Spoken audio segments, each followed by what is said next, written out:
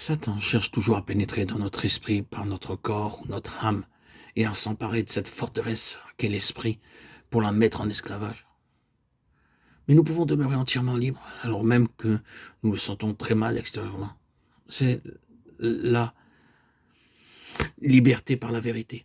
C'est cela la vérité. Non pas une chose, non pas une affirmation, mais une personne. C'est ce qu'est Christ, et Christ est entièrement différent de ce que nous sommes.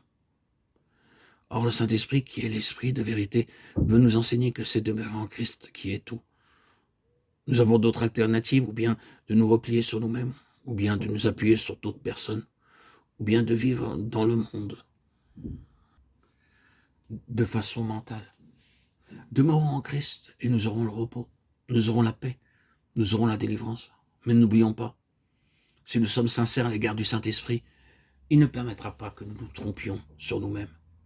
Je veux dire qu'il nous dévoilera notre moi véritable. Il nous découvrira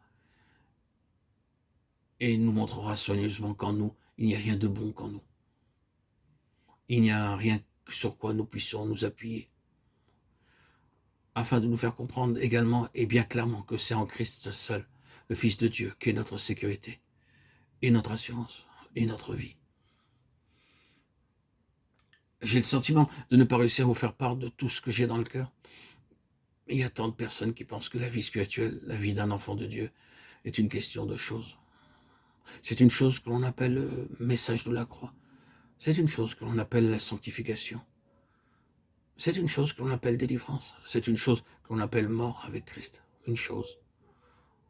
L'on essaie de saisir cela et l'on ne trouve pas de délivrance de cette manière. Cela ne donne rien. Les choses n'agissent pas. Tout est une question de la personne du Seigneur. Jésus et le Saint-Esprit ne nous sauvera jamais par une chose. Il nous conduira toujours à la personne. Et il fera de Christ la base de notre vie, de notre délivrance, de notre tout.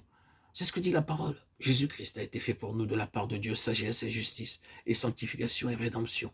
1 Corinthiens 1,30.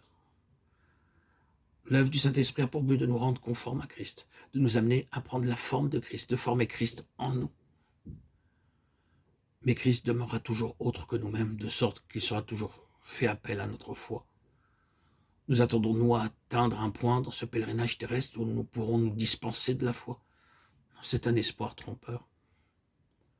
La foi nous sera demandée dans les derniers moments de notre vie, tout autant sinon plus qu'en tout autre temps. La foi est une chose nécessaire pour toute la durée de cette vie. Si cela est vrai, tout espoir nous est enlevé de posséder jamais quelque chose par nous-mêmes. Ce fut le premier péché d'Adam, le choix qu'il fit, d'avoir non pas toute chose en Dieu par la foi, mais d'avoir tout en lui-même dans l'indépendance, de se débarrasser de l'idée de la foi. C'est ainsi qu'il pécha par incrédulité. Tout le péché qui suivit dès lors est imputable à cette seule chose, l'incrédulité. La foi est le grand facteur de la rédemption, du salut, de la sanctification, de la glorification. Tout est à nous par la foi. Elle anéantit l'œuvre du diable. Or, la foi signifie simplement que nous sommes placés dans la position où nous n'avons rien en nous-mêmes, où nous avons tout dans un autre, et où nous pouvons connaître tout et jouir de tout par la foi en cet autre. C'est ainsi que Galates 2:20 nous revient toujours avec une force renouvelée. J'ai été crucifié avec Christ. Si je vis, ce n'est plus moi qui vis, c'est Christ qui vit en moi. Et si je vis encore dans la chair, je vis dans la foi du Fils de Dieu, la foi qui est dans le Fils de Dieu, qui m'a aimé et qui s'est livré lui-même pour moi.